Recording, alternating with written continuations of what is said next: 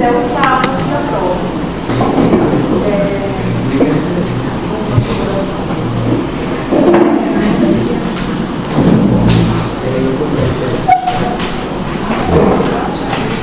Então, quais anestésicos venosos nós vamos conversar hoje e a gente vai observar aqui na prática médica que nós vamos usar muito, tá? Tanto quando vocês rodarem na prática, no CTI, na sala vermelha, vocês vão observar a presença desses anestésicos venosos.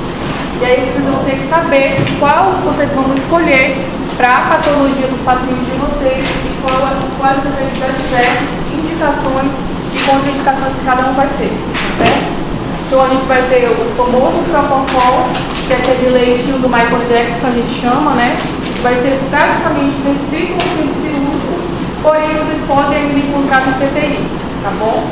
O etomidato, esse etomidato vocês vão ver assim bastante quando vocês rodarem na urgência e emergência, porque ele vai ser o carro-chefe para fazer a hipnose do paciente, por ele ser a droga mais cardiostável que a gente tem.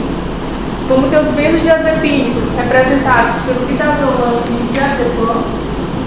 Os barbitúricos, que a gente vai falar agora também, que é o tiopental, tá? Tem a ketamina, que foi muito falada ultimamente, devido a uma jovem que morreu em uso de overdose de ketamina, tá? Isso, então a gente vai conversar sobre isso. E os alfa-2 agonistas, que são drogas recentes, que a gente vai ter como representante a clonidina e a desmedetomidina e o droperidol, tá? Vamos falar de cada uma dessas drogas. Mas sempre, quando a gente começa a falar de medicação, a gente vai ter que saber um pouco de fisiologia. E aí a gente vai ter que lembrar aonde essas drogas vão agir dentro do sistema nervoso central, tá certo? Não adianta eu saber o nome da droga e saber indicar se eu não sei onde ela age. Então a gente vai aprofundar nosso conhecimento, que a gente vai saber um pouco da fisiologia para compreender melhor a medicação, tá? Então a gente vai ter os benzodiazepínicos, barbitúricos, propofol e etomidato, eles são agonistas dos receptores GABA, tá? Então a gente vai falar que essas medicações, elas são GABAérgicas, tá? A ketamina, ela vai ser um antagonista dos receptores NMDA, tá bom? Alfa-2 agonista, como o próprio nome diz, vai ser um agonista adrenérgico.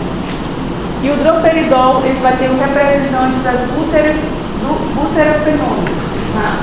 Então a gente tem que saber que a maioria das drogas age nos receptores GABA, do sistema nervoso central. Qual? Agonistas. Isso, agonistas, tá bom? E aí a gente vai ter essas medicações para a gente saber em qual sítio elas vão agir.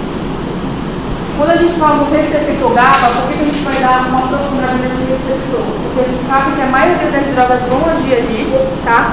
E ele vai ter algumas características. Por exemplo, o GABA, ele é o principal neurotransmissor inibitório do sistema nervoso central. Então isso a gente tem que saber também, e ele é representado por cinco unidades, subunidades. São 2 alfas, 2 gamas e uma Y, tá? Por que a gente fala sobre isso? Porque quando a gente tem a abertura, a ativação dos receptores GABA, a gente vai ter uma maior condutância do cloro, tá? E consequentemente uma hiperpolarização da membrana com inibição dos neurônios pós-sinápticos. Por isso que eles são neurotransmissores inibitórios do nervoso central. Por qual mecanismo de ação? Por hiperpolarização da célula, tá? Por aumento da abertura dos canais de cloro e, consequentemente, inibição dos neurônios pós-sinápticos. Então, a gente já sabendo hiperpolarização como a célula. Isso, porque ela faz uma hipercondutância dos canais de cloro, tá bom? Então, a gente já sabe que os representantes GABAérgicos são os benzodiazepínicos, propofol, etomidato e quem mais?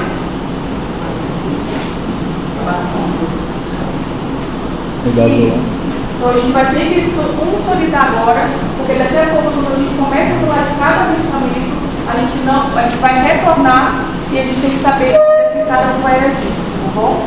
Então sempre lembrar do receptor GABA, como ele é inativado, e lembrar que ele é um neurotransmissor inibitório do sistema nervoso central. Aqui eu trouxe para vocês conhecerem a estrutura do receptor GABA, tá? Como ele é formado por 5 subunidades, a gente vai ter 2 alfas, 2 betas e uma gama, tá? A gente vai ter aí, ó, a entrada do cloro, causando uma condutância, uma hiperpolarização e, consequentemente, inibição do neurônio coaxinário.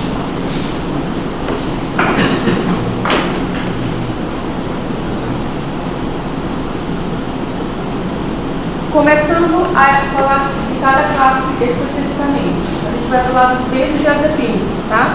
Os benzodiazepínicos são representados pelo midazolam e pelo diazepam, tá?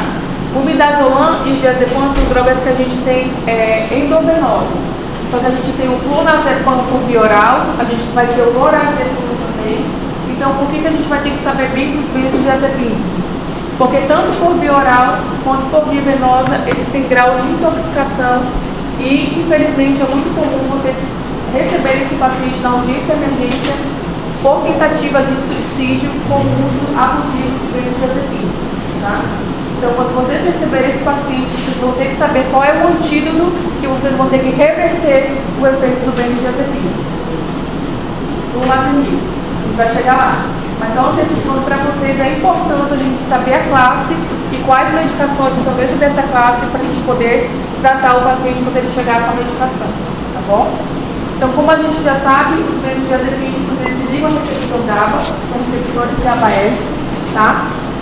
Eles aumentam a eficiência do acoplamento com o receptor e o canal de cloro. O grau de modulação é limitado pelo efeito técnico do sistema nervoso central. O que quer dizer isso? Quer dizer que ele é dose dependente, ou seja, o benzodiazepínico eu tenho 3 funções: ansiolítica, tá? Que é diminuir a ansiedade do meu paciente. Eu tenho a função de sedação, ou seja, eu tiro a consciência dele, porém ele ainda fica com os parâmetros vitais sem nenhuma operação, e eu posso fazer também inconsciência, tá? Então, quem já viu falar assim, aquele fulano, ele tomou aquele comprimido da chá da meia-noite. É justamente o benzodiazepínico que o paciente dão para o paciente, né, dissolvido no líquido, e ele adormece depois não lembra mais de nada, tá? Então, é justamente essa medicação que é usada para tirar a consciência do paciente. Então, ele é dose dependente. Dependendo do que eu quero, eu tenho função ansiolítica, de sedação ou de hipnose, tá bom? Isso vai estar relacionado ao quê? Ao quanto de receptor que vai estar ocupado, tá, por essas moléculas para poder fazer o seu efeito. Então, se eu tenho uma ocupação de 20% dos receptores, eu vou ter o quê? Eu vou ter uma ansiólise. Eu vou só diminuir a ansiedade do meu paciente, porém ele ainda vai estar acordado, tá certo? De 30% a 50% dos receptores ocupados, eu vou ter um grau de sedação, ou seja, ele vai dormir, mas ele continua respirando espontaneamente, e se eu chamar, ele desperta ao chamado. Tá bom? E quando eu tenho maior de 60% dos receptores ocupados, eu vou ter um grau de hipnose. Ou seja, eu tiro totalmente a consciência do meu paciente e ele pode até fazer uma depressão respiratória. Tá bom? Então, dependendo do grau de sedação, a gente vai ter alguma resposta para isso. Certo?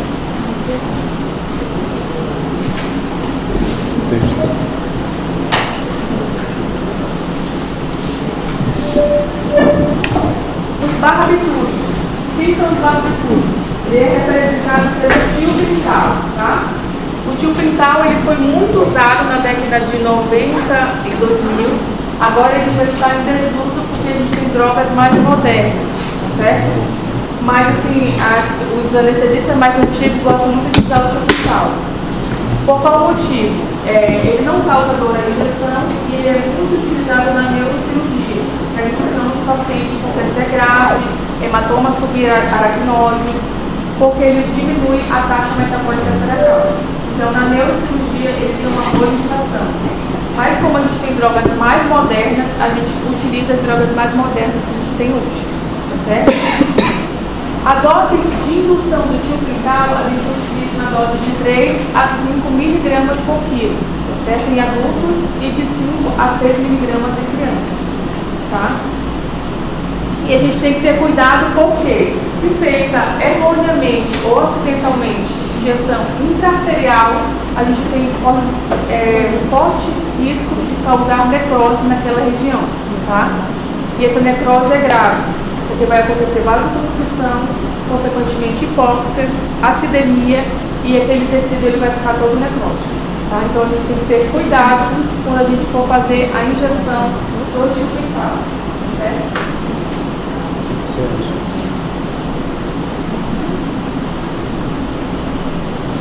A metabolização do tiopental, a gente tem que saber que o metabolismo dele é hepático. Então, aqueles pacientes que têm algum grau de alteração hepática, a gente já tem que ter um certo cuidado em fazê-lo, ou até mesmo substituir por outra medicação, tá? Como eu falei para vocês, o neurocirurgia, ele é um hipnótico de escolha, tá? Tiopental, vou melhorar a taxa de perfusão cerebral, diminuir o metabolismo, e a gente tem uma proteção cerebral também. Então, a escolha para neurocirurgia a gente usa o tiopental, tá?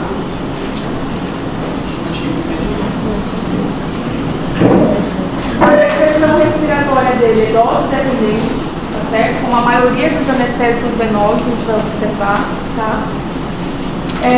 Os reflexos laríngeos eles ficam mais intactos do que o propofol. O que quer dizer com isso? Quando eu fizer uma laringoscopia, se o paciente não tiver com a monalgesia, com opioide, ele pode ficar se mexendo, tá? Então a gente tem que ter cuidado com isso.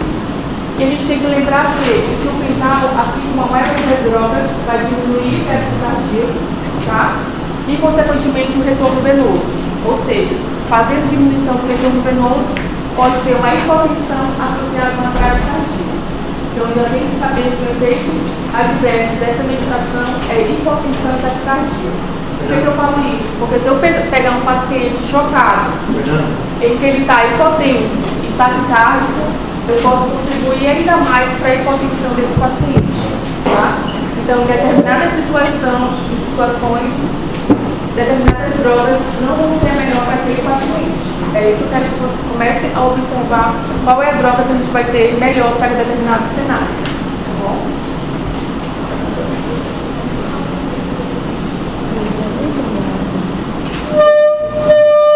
O propofol vocês vão ver bastante no centro cirúrgico, tá? A gente usa assim 95% das anestesias para indução venosa. A gente vai observar o quê? Que ele é insolúvel em água, tá?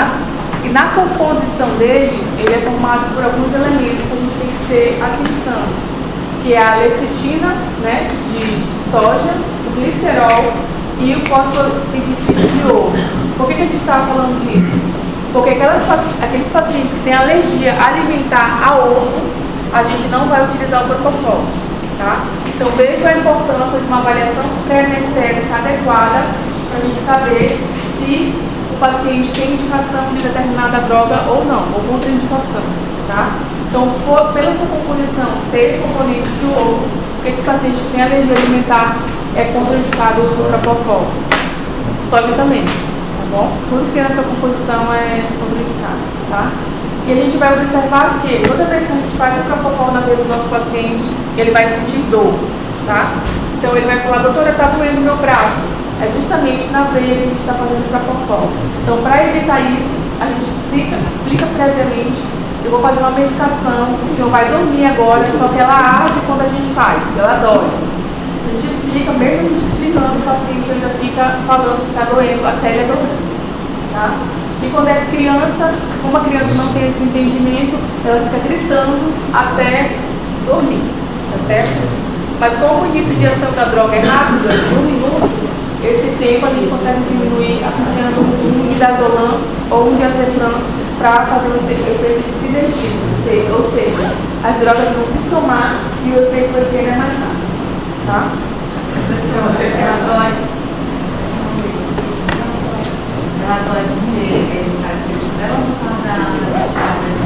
Não, pela característica dela mesmo.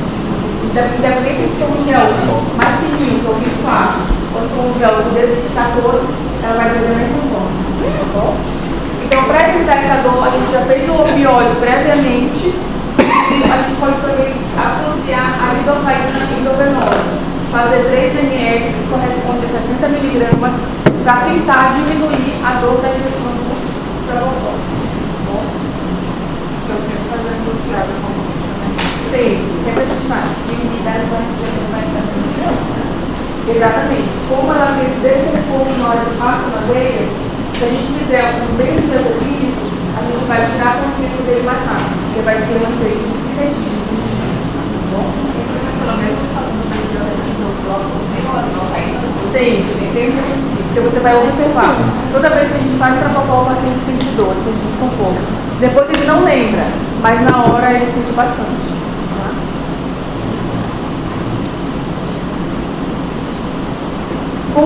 Com relação à meia-vida de distribuição do propofol, a meia-vida dele é geralmente de 2 a 8 minutos. Ou seja, vocês vão observar que quando a gente faz sedação para endoscopia, que a gente quer que o paciente tenha uma alta mais rápido, a gente vai usar qual medicação? O propofol. Por quê? Porque o início de ação dele é de 1 minuto e a meia-vida é de 2 a 8 minutos. Ou seja, eu parei a infusão do propofol em 8 minutos, esse propofol vai ser eliminado do corpo do paciente e não tem risco de recircular, nem tem risco de fazer depressão respiratória posteriormente, tá? Então, quando eu quero uma alta precoce do paciente, sem risco de ter acúmulo ou chance de depressão respiratória, eu tenho como usar o hipnótico do propofol, tá bom? E aí ele desperta e pode caminhar tranquilamente, não vai estar sedado, não vai estar nenhuma alteração do sistema nervoso central. Ao contrário de quando a gente faz sedação para endoscopia com benzodiazepínico, tá? A gente vai falar daqui a pouco. A meia-vida é maior e a chance de sedação é também maior. O paciente ele pode até estar acordando dormindo, mas de vez em quando ele vai ficar fazendo assim, ó. Com propofol isso não acontece. Ele acordou. Mas com o midazolam, a meia-vida da droga é bem maior e aí ele tem a chance de circular. Bom? Então tem que ter muito cuidado com a droga que a gente usa e o que a gente quer a finalidade. O metabolismo também vai ser hepático, tá? E a gente vai saber que a taxa de depuração é maior que o fluxo hepático e tem metabolização extrahepática também, que é o rim, tá? E o pulmão. Então o propofol ele não tem metabolização exclusivamente hepática, como a gente já viu no sublinhado, tá? Na metabolização do propofol a gente vai ter o fígado envolvido e órgãos extrahepáticos que vai ser o pulmão e o rim, tá bom? Então essas drogas também vão ajudar a metabolização a ser mais rápida.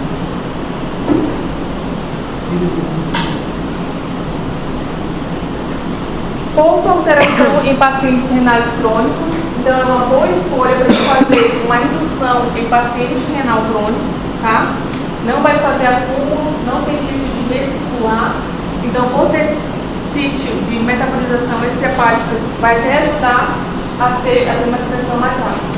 Então, uma boa escolha para paciente renal crônico, tá? Tem propriedades anticonvulsivantes, ou seja, aquele paciente que está convulsionando, eu posso usar um benzodiazepínico, mas também posso usar como opção terapêutica pequenas doses de propofol, tá? Porque tem essa propriedade anticonvulsivante, tá? Pequena dose quanto? Uns 2 ml, que corresponde a mais ou menos 20 mg. Então já tem um efeito anticonvulsivante, tá? Depressão respiratória dose dependente. Então, toda medicação que eu vou administrar ao meu paciente tem o risco de tirar a consciência dele. Esse paciente ele tem que estar monitorizado e tem que ter, no mínimo, um catéter de O2, uma oferta de oxigênio, tá? Porque se ele não tiver uma oferta de oxigênio, corre o risco de fazer depressão respiratória e eu não vou ter como assistir ou como ajudar esse paciente. Foi o que aconteceu com o Michael Jackson. O médico que estava com ele, cardiologista, estava fazendo infusão de volume de propofol, infusão, só que ele não tinha nem monitorização, nem oxigênio intradomiciliar para fazer esse procedimento. Então ele foi fazendo, até que ele evoluiu com uma depressão respiratória, consequentemente uma depressão cardiorrespiratória, e ele não conseguiu ressuscitar a tempo de ter as medidas iniciais, tá bom?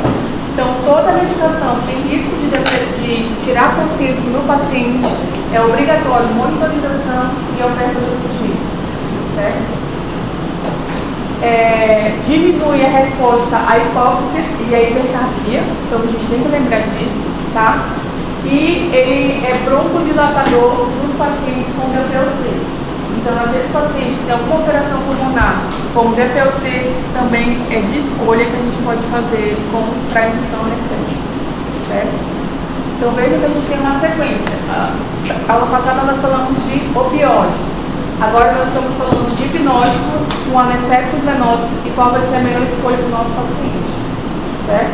Então, na neurocirurgia eu já sei que eu tenho o tilpical como escolha, tá? No paciente nefropata eu já sei que eu tenho o propofol como melhor escolha.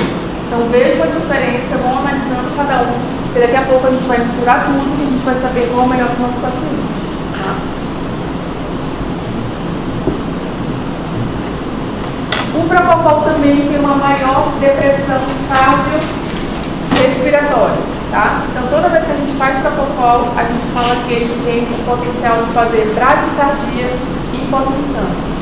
Se ele tem esse potencial, eu já sei na minha cabeça que ele é contraindicado para paciente cardiopata e para paciente com instabilidade hemodinâmica. Ou seja, aquele paciente politraumatizado, uma fratura de baço, está com um hematoma contínuo, abdominal, ou aquele paciente que está instável hemodinamicamente, é contraindicado a indução dele com o propofol, tá bom? Porque senão eu vou piorar o prognóstico do paciente e posso ter até uma complicação do uso dessa medicação, certo? E a gente pode também ter a opção de usar ele como antiemético, tá? Porque ele vai ativar a atividade antidopaminérgica e inibição da zona de gatilho lá nos centros nervosos varais, tá? Então a gente tem que saber qual é a melhor medicação para o nosso paciente. Antigamente se usava muito propofol para deixar o paciente inconsciente na UTI, em bomba de infusão contínua. Só que o que a gente observou? Que a gente estava tendo uma complicação se ele estava sendo administrado maior que 48 horas. Qual é essa complicação? É a síndrome da infusão do propofol, tá? O que a gente vai observar desses pacientes? Um quadro de pancreatite, tá certo? E a gente vai lembrar que o propofol, a gente vai ter o que na sua composição? Ovo, soja e mais triglicerídeos. Exatamente. Então, a chance de fazer pancreatite em pacientes que têm risco maior era alto, tá? E a gente tem aquelas infusões maior que 4 mg por quilo hora ou a infusão de propofol maior que 48 horas, certo? Como a gente já sabe que o propofol ele faz bradicardia e hipotensão, esse paciente tinha como clínica também uma bradicardia severa, tá? Associada a uma hipotensão. E também, devido ao aumento da gordura, ele tinha um grau de hepatotoxicidade, tá? Então, a gente tem que lembrar da síndrome da infusão do propofol, certo? E uma provável também intoxicação mitocondrial por defeito do metabolismo intrínseco, que a gente chama, tá? Então, a gente não aconselha fazer infusão de propofol em altas doses para a sedação do paciente ou maior que 48 horas. Tá? Então vai ser raro vocês observarem sedar o paciente na UTI com o propofol, justamente por causa disso, da síndrome da infusão do propofol.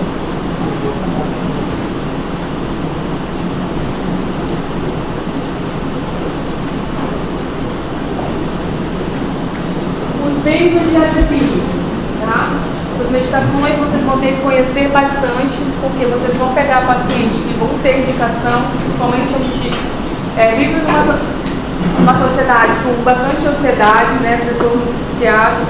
Então, quando esse paciente chega para vocês, a primeira escolha que vocês vão utilizar é o benzodiazepínico, justamente por esse poder de sedação, por diminuição do grau de ansiedade, e dar uma tranquilizada até vocês terem um raciocínio e saberem conduzir melhor o quadro, tá? Então, naquele paciente muito agitado, geralmente a gente começa a usar o benzodiazepínico, tá bom? O que a gente vai lembrar de característica dessa medicação? Eles agem qual receptor? GABA, né? Qual o mecanismo fisiológico dos receptores GABA? Me lembra?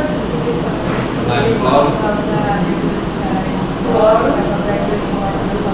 trabalhando a inibição do pós-sinal. Exatamente. Então a gente já está usando uma droga, a gente já sabe que a receptor ela age e como ela age, certo? Então assim, eu sempre bato na tecla com vocês. Não adianta só saber dose de medicação e qual medicação utilizar. Eu tenho que saber a parte fisiológica e a parte da farmacologia também, certo? Então o que a gente vai saber dos benzodiazepinas? Ele tem metabolização hepática também, tá? E dentro dessa classe a gente vai ter o diazepam. Só que o diazepam a gente vai ter que saber que ele tem dois metabólicos que vão ser metabolizados, tá? Que é o desmetildiazepam e o 3-hidroxidiazepam, tá? Que são ativos e eles têm longa duração. Então, em comparação ao midazolam, o diazepam tem a meia-vida maior que o midazolam, tá?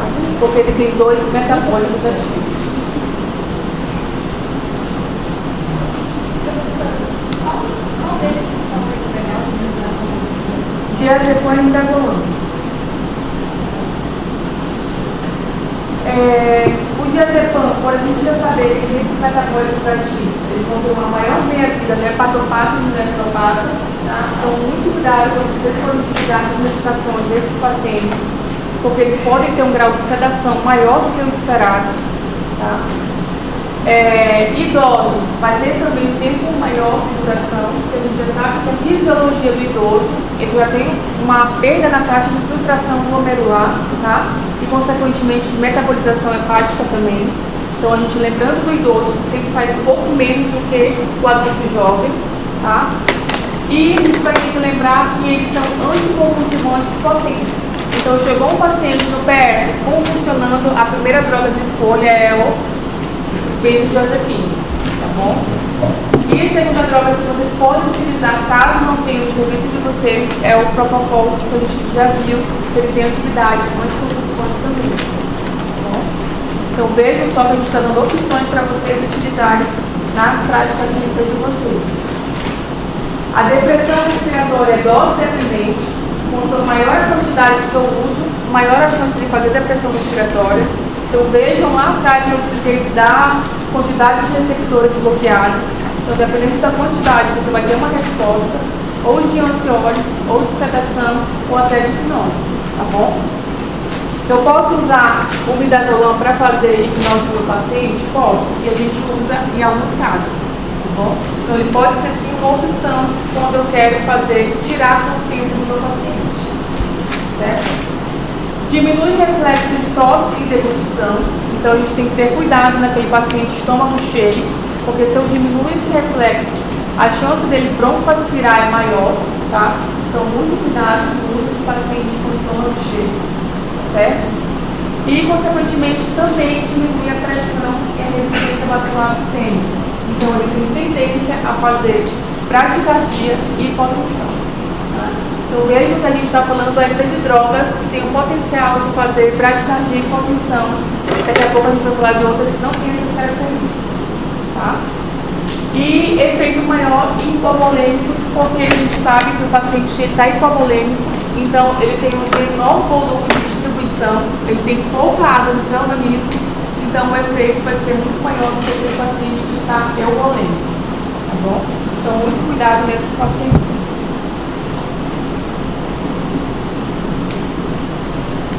E os antagonistas do benzodiazepínicos, esse é mandatório para vocês saberem, porque vocês, eu espero que não, mas está sendo cada vez mais comum pegar intoxicação por tentativa de suicídio com uso de benzodiazepínicos, tá bom? Principalmente com o clonazepam. Então vocês têm que saber como vocês vão reverter para poder ajudar o paciente de vocês, tá?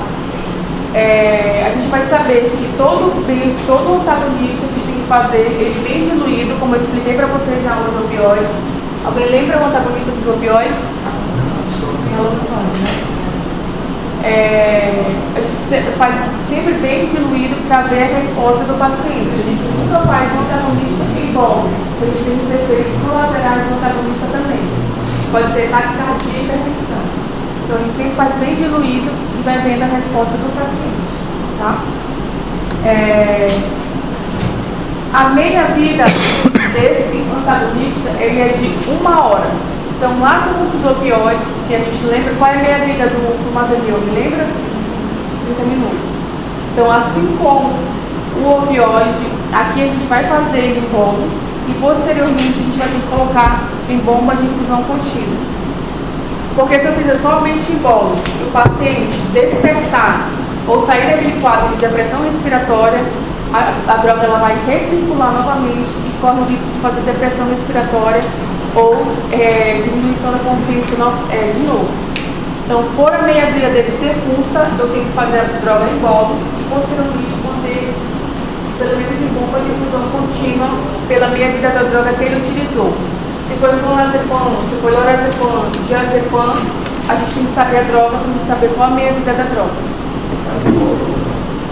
Você faz inicialmente em bolos, né? Quando eu digo assim, bolos você dilui a medicação e vai vendo a resposta do paciente. Posteriormente, você vai botar essa medicação em bomba de infusão contínua. Tá bom? Ou pela meia-vida dela ser muito curta, de 1 hora. Aí está fazendo relação com a droga que foi utilizada. Isso, exatamente. Tá? Então, se a midazolam, a meia-vida dele é de 6 horas, eu vou manter essa infusão, essa bomba de infusão contínua ligada por 6 horas, até a droga ser metabolizada e secretada totalmente no paciente. Professor, isso quando é conhecido, né? No caso que não ser conhecido, qual foi a droga utilizada? Boa pergunta. A gente vai deixar o paciente monitorizado, ofertado oxigênio, vai deixar em bomba de infusão contínua pela droga mais comum que eles utilizaram. Geralmente, alguém fala assim, olha, eu encontrei essa carteirinha com ele, entendeu? Então, geralmente alguém traz para você, mas quando você não tem noção de que droga foi, você deixa por no mínimo 6 horas. Tá bom? A gente tem que saber que ele é metabolização pelo fígado também, metabolização hepática, tá? E tem a meia-vida curta. Então, a gente tem que ter cuidado quando a gente faz o benzodiazepínico com antagonista de forma rápida e não deixa ele de bomba de infusão contínua.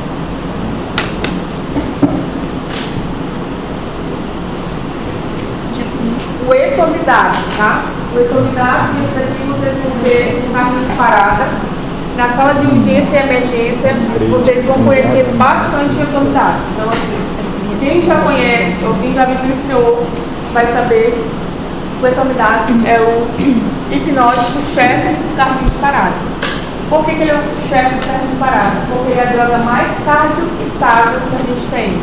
Ou seja, não causa alteração na pressão nem na frequência cardíaca.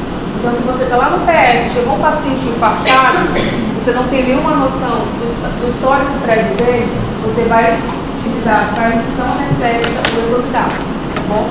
Chegou um paciente politraumatizado, chocado, a droga de indução, a escolha para esse paciente é o etomidato. Ou seja, a droga mais cardiostável que a gente tem, tá bom? A gente tem que lembrar que ele causa dor à injeção, então assim como o propofol, o etomidato também vai dar um desconforto quando a gente faz a ver com o nosso paciente. A gente tem que avisar previamente, tá? Ele pode sentir dor durante a injeção.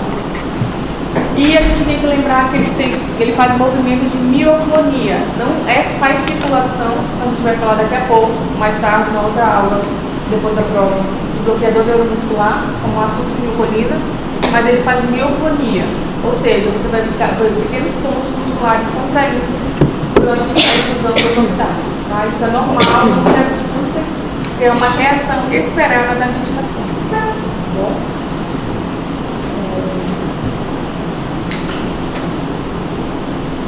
Também a depuração dele vai ser hepática, tá?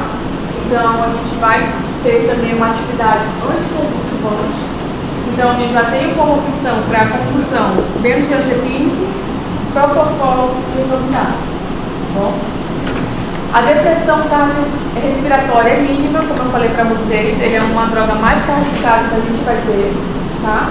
E não libera histamina, ou seja, não vai fazer vasodilatação no paciente, contribuindo para a hipofunção, no caso, se acontecesse, tá?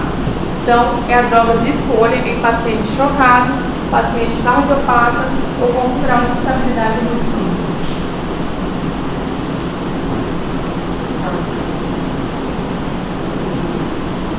O efeito adverso dele é alta incidência de náuseas e vômitos quando o paciente desperta da anestesia quando a gente fez a indução com etomidato.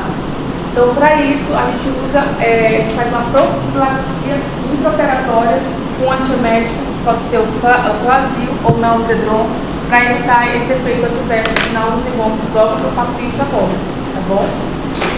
E outra característica importante dessa medicação é que ela inibe a enzima 11-beta-hidroxilase, tá? Deprime por quanto tempo? Deprime por aproximadamente 11 horas. Opa, 8 horas, desculpa. Deprime aproximadamente por 8 horas, tá? Então, essa depressão na enzima 11-beta-hidroxilase, tá? Ela é importante porque é um mecanismo fisiológico da droga. Então, a gente tem que saber que ela faz essa reação e a gente pode ter alguma alteração a nível adrenal. A gente lembra que a adrenal ela é responsável pela resposta metabólica ao trauma. Então, a gente pode ter menor liberação de cortisol e outros fatores específicos da adrenal desse paciente. Tá bom? Então, lembrar dessas características que são importantes para o cuidado.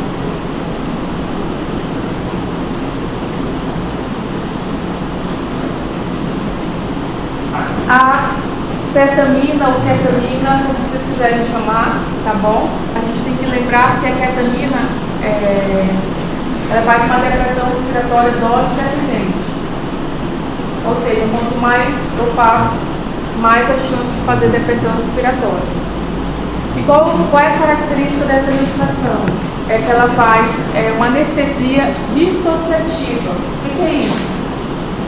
O paciente, a gente faz a medicação, o paciente ele fica piscando o olho, ele olha, ele fica contactando com o meio ambiente, porém ele já está em alucinação, tá bom? Então isso que a gente chama de anestesia dissociativa, tá? Ela é ótima porque ela não deprime a função cardiovascular, não deprime a função respiratória. Então naquele paciente que eu estou com dúvida se ele pode ser uma possível viéria difícil, eu estou com medo de tirar o reflexo dele e não conseguir entubar, a opção seria a ketamina, tá? Então a ketamina não faz depressão respiratória, tá?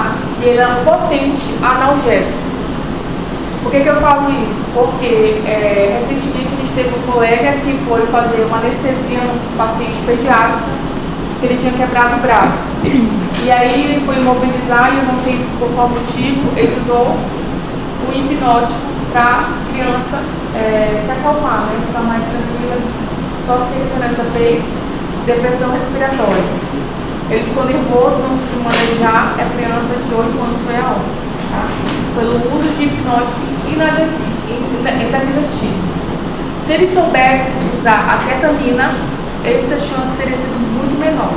E vocês vão observar que na ketamina, o paciente, apesar de ele estar com reflexos intactos, ele está contactando com o meio, aonde você levar ele, ele vai, tá? Então o paciente ele fica praticamente em alucinação, o drive respiratório dele fica normal e ele é um potente analgésico. Era tudo isso que essa criança precisava. Provavelmente ela estava agitada por dor, tá? Então por isso ela não deixava fazer a imobilização. Então se ele tivesse feito pequenas doses de ketamina para essa criança vai ficar sedada, com analgesia, tá? E não ia ter risco de depressão respiratória, tá? Então, vejam a característica dessa medicação, o quanto ela é boa para determinadas funções, certo? E o efeito adverso dela é que ela faz taquicardia e hipertensão. Ou seja, aquele paciente que eu já peguei no pronto-socorro, hipertenso e taquicardia, ela não é uma boa escolha, porque ela ainda vai aumentar ainda mais a pressão e a frequência cardíaca do meu paciente. Tá bom? Não, ela não deprime nem função respiratória nem cardiovascular. Tá?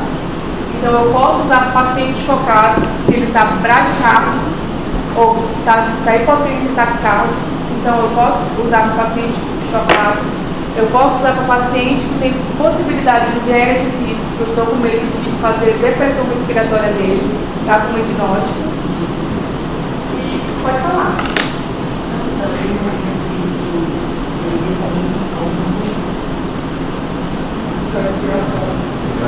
Ele não deprime a função respiratória. Já mencionou. Ele deprime a frequência cardíaca. Aqui é do sistema Agora, a função respiratória ele não deprime. Ele faz taquicardia e hipertensão, ou seja, também não deprime a função cardiovascular. Tá? Então, por isso, ele não é uma escolha em paciente de gestão hipertenso. O paciente chegou lá com a pressão de 180 por 90, eu não vou escolher esse hipnótico para fazer um paciente, porque senão a pressão dele vai para 200. Agora, é um paciente chocado, que está hipotenso, uma boa escolha. É um paciente que está em risco de via aérea difícil, e eu estou com receio de induzir e tirar a consciência dele, ele fazer a apneia e não conseguir entubar, eu posso usar como hipnótico a ketamina, entendeu? E lembrar que ela é um potente analgésico também. Ela faz anestesia dissociativa. Bom, professor, quando a senhora sabe que a pressão respiratória não dependente, já existe sobre você não. Não, a gente fala assim de depressão do sistema nervoso central, é diferente de depressão respiratória. Ah, então esse é o sistema nervoso central, não dependente. Isso, não respiratória. Ele não faz depressão respiratória. Tá bom? E a gente tem que lembrar que a ketamina, fugindo da outra classe que a gente começou, ela age onde? Antagonista dos receptores NMDA. Tá bom? Então a gente já está olhando agora para outro receptor. Tá? Por que eu estou falando isso? Que a gente pode usar como anestesia multimodal no intraoperatório. Por quê? Eu fiz a medição anestésica com opioide, com hipnótico e um bloqueador neuromuscular, e eu posso fazer um pouco de ketamina para diminuir a dor do paciente no pós-operatório. Tá? Por que eu posso usar a ketamina na anestesia multimodal? Porque ela é um ótimo analgésico e quando eu acordar meu paciente, ela não vai ter risco de fazer depressão respiratória. Tá bom?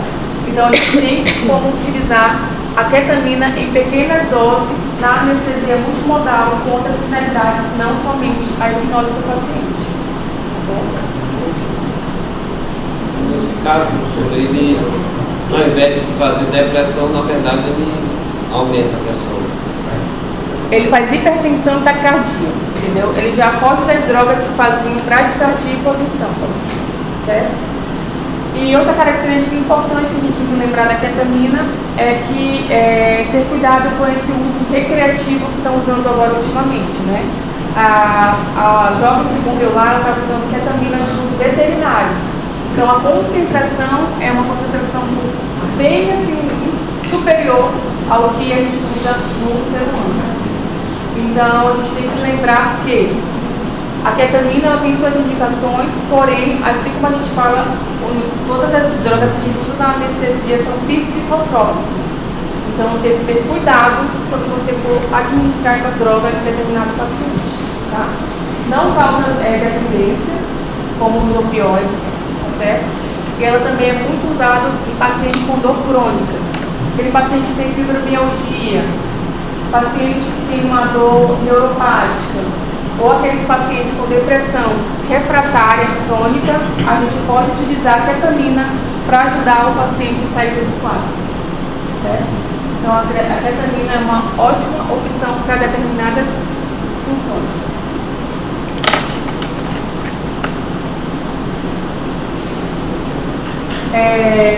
Como ela aumenta a pressão e a frequência cardíaca, a gente tem que saber que ela também vai aumentar a taxa metabólica cerebral, consequentemente o fluxo sanguíneo cerebral e a pressão intracraniana. Então veja que para neurocirurgia, essa medicação não pode ser usada para fazer a indução do paciente com TCE grave, com hematoma subaracnoide, porque senão eu vou piorar o prognóstico do meu paciente. Então veja que se eu não conhecer determinada droga, ao invés de eu ajudar aquele doente, eu vou piorar o quadro pós-operatório dele, certo? Então a ketamina é contraindicada em pacientes que vai fazer tem alguma complicação neurológica ou que vai ser submetida a uma neurocirurgia, certo? Outra característica importante dele é que ele é um broncodilatador, ou seja, quando a gente tem um broncoespasmo, a gente tem a primeira opção de tratamento de beta-2 agonistas, tá? Que é o salbutamol ou fenoterol. Segunda opção que a gente tem como usar dentro do intraoperatório é a ketamina, justamente por essa propriedade de broncodilatador. Tá? mantém intactos os reflexos de via aérea, ou seja, não protege a via aérea também, tá? A depressão respiratória é mínima, como conversei com vocês. E uma característica dela também é que aumenta as secreções orais, tá? Ela faz uma cialorreia. Então, para evitar isso, a gente faz uma atropina antes de fazer a ketamina, para diminuir a quantidade de secreção oral. Ou seja, o paciente, vocês vão observar que quando a gente faz a ketamina sem atropina, ele fica espumando pela boca, parece adenoma de pulmão. Mas não é, justamente pela ketamina que a gente fez, a gente sabe que ele fica fazendo cialorreia, certo? E estimula o sistema nervoso, tá? Aumentando a frequência cardíaca e a pressão arterial, como eu já disse para vocês também.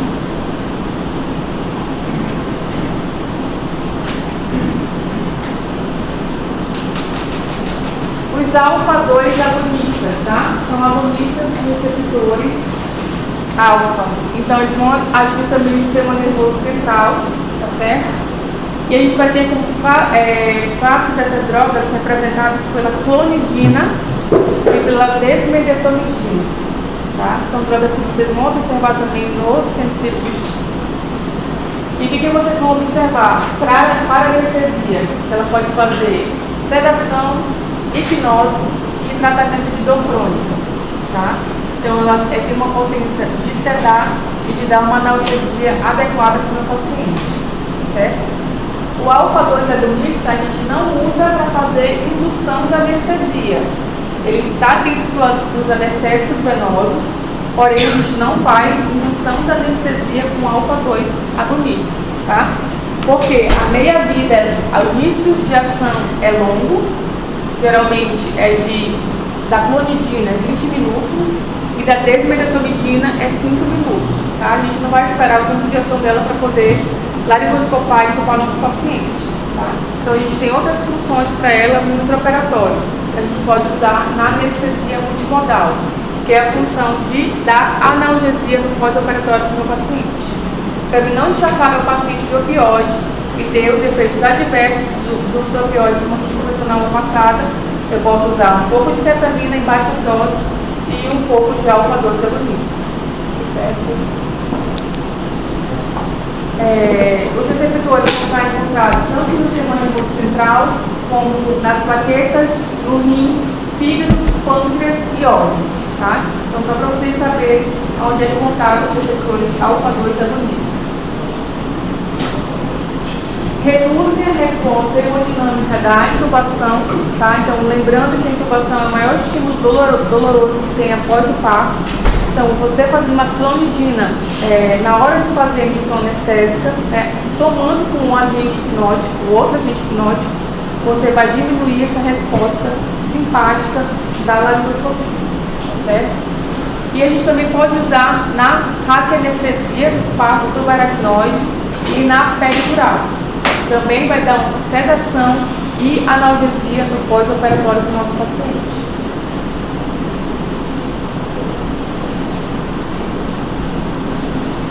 Uma característica dessa droga é que ela tem a tendência a fazer bradicardia e hipotensão. Ou seja, chegou um paciente que vai fazer uma cirurgia de tireoide, a chance de sangramento é grande e não pode ter sangramento no pós-operatório, porque se tiver, pode fazer um hematoma, comprimir a traqueia, fazer uma obstrução extrínseca aguda, a gente pode usar como adjuvante a clonidina, tá? Para melhorar o controle da pressão do paciente e, consequentemente, controlar a dor também, tá? Que a dor, como a gente já sabe, ela tem uma chance de fazer aumento da pressão e agitação do paciente. Então, nesses casos, a gente tem indicação sim de fazer o alfa-2 agonista, certo? A atropina é a droga de escolha em caso de bradicardia, tá? Como a gente já sabe, a gente pode usar a atropina em caso de bradicardia. E quando a gente usa o opioide, principalmente o remifentanil, que tem a chance de fazer tórax rígido, a gente pode usar o alfa-2 agonista com a finalidade de diminuir a chance de fazer essa complicação, tá? Então vejam que essa droga ela vem para somar na questão de analgesia, tá? E de sedação do paciente.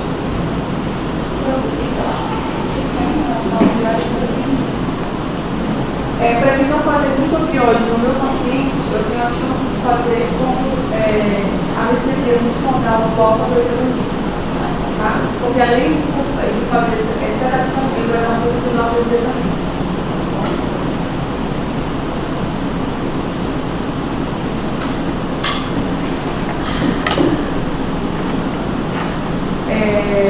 A gente vai observar algumas alterações durante a resposta metabólica ao trauma, que é a diminuição da liberação de cortisol, tá?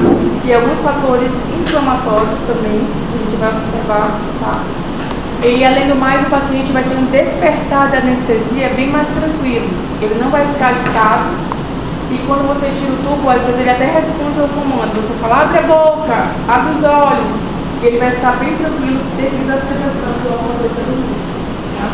Então ela é uma droga que vem para somar junto às outras medicações, como o opioide e anestésico venoso. Certo? Aqui falando de cada uma delas, a gente vai ter a clonidina, tá? Que a gente vai ter um pico plasmático entre 60 e 90 minutos, tá bom? Então sempre ficar atento aos efeitos adversos dela, que é a hipotensão e a bradicardia, certo? E a meia-vida de eliminação já é longa, é de 9 a 12 horas. Ou seja, esse paciente eu tenho que fazer ele a nível de internação hospitalar, eu não posso fazer a nível ambulatorial. Fazer a medicação e mandar o paciente para casa. Ele pode ter algum efeito adverso em casa, a gente não vai saber e ele pode até levar a óbito, tá? Então essa medicação tem que ser feita no meio intra-hospitalar com monitorização e oferta de oxigênio, certo? E a gente vai saber que, como eu falei para vocês, ele faz hipotensão devido ao quê? A vasodilatação periférica, tá? Com diminuição da frequência cardíaca, débito cardíaco, da pressão arterial média. Diminui retorno venoso para o coração, diminui pré-carga e, consequentemente, a gente vai ter essas alterações, tá? Lembrar que o paciente hipertenso crônico, ele já está acostumado, entre aspas, ao nível de pressão arterial um pouco mais elevado. Então, para ele, a normotensão não é o nosso alvo, tá? A gente vai diminuir até então o nível de pressão sistólica grau 1. Alguém lembra a classificação da hipertensão arterial? Se eu tiver aula, qual é a grau 1? Sim, exatamente. Então, para ele, a nossa média vai ser essa, tá bom? Eu não quero normotensão no paciente hipertenso, até porque ele não está acostumado com os níveis de pressão normais, tá? Então, para ele, o grau de hipertensão, grau 1, a gente vai ser bem tolerável. E a gente tem que lembrar que ele é um agente também antihipertensivo, tá? Ele age reduzindo a atividade simpática central.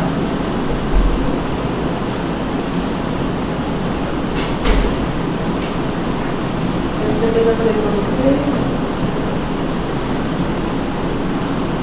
Com relação à clonidina, a gente tem que ter cuidado quando esse paciente faz uso crônico de clonidina. Por quê? Porque a gente tem a síndrome da substituição abrupta da clonidina, tá? O que o nosso paciente ele vai apresentar como clínica para a gente? Ele pode ter hipertensão rebote, ou seja, aquela hipertensão que a gente não consegue controlar com nenhum antihipertensivo, nem oral, nem venoso, tá? Pode ter uma taquicardia associada também, insônia, cefaleia, ansiedade, sudorese, tremor, ou seja, por aumento de mais de 5% de catecolamina em 5 anos. Então, muito cuidado quando vocês usam o paciente de vocês alfa-2 agonista de forma diária ou crônica, vocês querem substituir a medicação ou até mesmo retirar. Essa retirada tem que ser progressiva, ela não pode ser feita de um dia para o outro, certo? Então, a gente vai ter efeito adverso no nosso paciente. Ela ocorre sempre com doses maiores de 1,2 miligramas por dia, tá bom? Caso isso aconteça, como é que a gente vai tratar esse nosso paciente? A gente vai usar beta-bloqueador para diminuir essa frequência cardíaca e, consequentemente, a pressão arterial, tá? Ou até mesmo antidepressivo tricíclico, que também vai ter essa função de fazer diminuição na atividade do sistema nervoso central com diminuição de catecolaminas endógenas, certo? Se caso for preciso, a gente vai ter que usar um vasodilatador, pode ser nitrite ou tridil, tá? Para poder diminuir a pressão do nosso paciente também. Porque a hipertensão rebote, ela é tão difícil de reverter que às vezes a gente precisa de um vasodilatador a nível de uma veia central para poder controlar a pressão do nosso paciente. Tá bom? E a suspensão ela deve ser sempre bem planejada, em média durante uma semana, e você vai tirando gradualmente a medicação, nunca de forma rápida. Outra medicação que é a mais moderna, ela está aí no mercado acho que há uns 4 anos, que é a desmedetomidina, tá? A desmedetomidina, ela está revolucionando porque ela é muito mais potente que a clonidina, o início de ação dela é mais rápido e a meia-vida dela também é mais curta, tá? Então eu posso fazer uma dose para correr no início da cirurgia, entre 5 a 10 minutos, diluída no sorinho seco. A gente usa 1 micrograma por quilo por paciente, tá? Vai diminuir o reflexo de laringoscopia, vai diminuir a resposta simpática do paciente e ajudar no controle da dor do pós-operatório. Então, ela, por ser mais potente e o início de ação mais rápido, a gente pode usar durante a indução da anestesia, tá bom? E não possui metabólicos ativos, então a gente pode usar sem medo de ter que a droga recircular e ficar agindo no corpo do paciente. Professora, para a prova da senhora, será que a gente pega essas posologias aí? Tem que saber de tudo. Por essa, por exemplo? Não, assim, eu não sei de qual que eu vou colocar ainda, entendeu? Mas as principais que vocês vão usar na prática clínica de vocês, que eu converso bastante com vocês, que é opioide, indução da anestesia, analgesia para o paciente que está com dor na sala cirúrgica. Vocês têm que saber, tá bom? Então tudo isso tem que saber, é obrigatório. Ela reduz aquele tremor no pós-operatório, também é uma opção, tá? Alguém lembra da droga opioide que reduz o tremor no pós-operatório?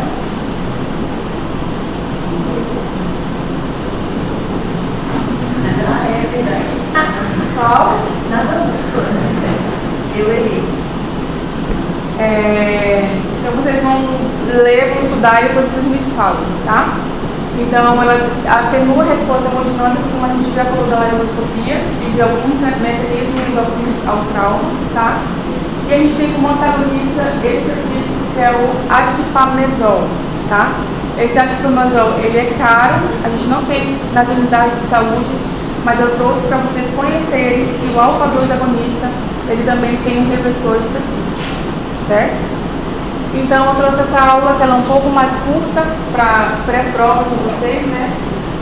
Lembre-se que eu sempre bato na tecla. Essa é a primeira prova para quem quer tirar nota é agora, entendeu? Porque a segunda prova a gente vai ter bem mais assuntos e ela é um pouco mais complexa a nível de conteúdo. Então, assim, estudem, a prova eu ainda não fiz, eu vou fazer, ainda acho que talvez amanhã ou sábado, mas assim, pretendo fazer uma prova porque a gente debateu em sala de aula.